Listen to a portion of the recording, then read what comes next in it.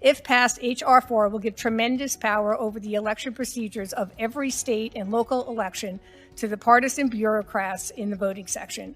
I watched this power abused firsthand, and I would like to share with you a few of the experiences I had while working there.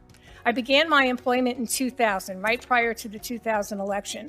And when the Florida recount occurred, I personally observed attorneys within the section strategizing, faxing, and receiving faxes from DNC operatives in Florida.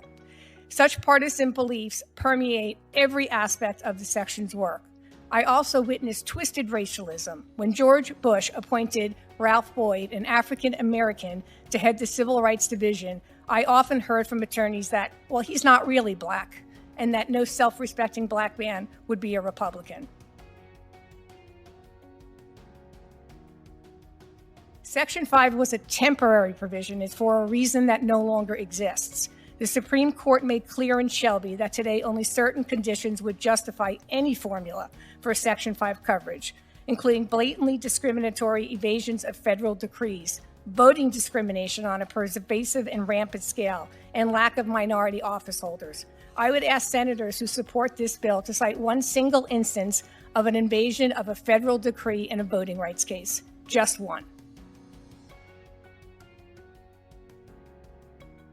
One of the most egregious situations that I've observed is when the city of Kinston, North Carolina, submitted a change for preclearance wherein they were no longer going to run on a party. They wanted to run nonpartisan.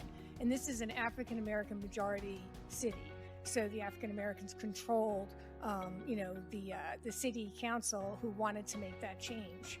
And the department objected to the change because it felt, and in its letter, it said basically that if there was no D next to the name of the candidates, then the African Americans would no longer get elected and they would not know who to vote for.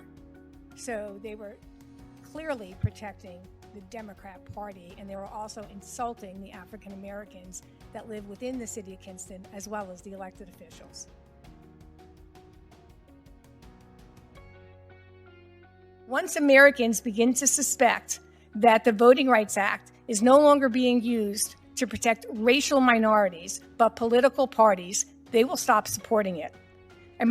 Once Americans think that Section 2, which has been an incredibly successful civil rights statute, is a partisan tool, you will see support for civil rights evaporate.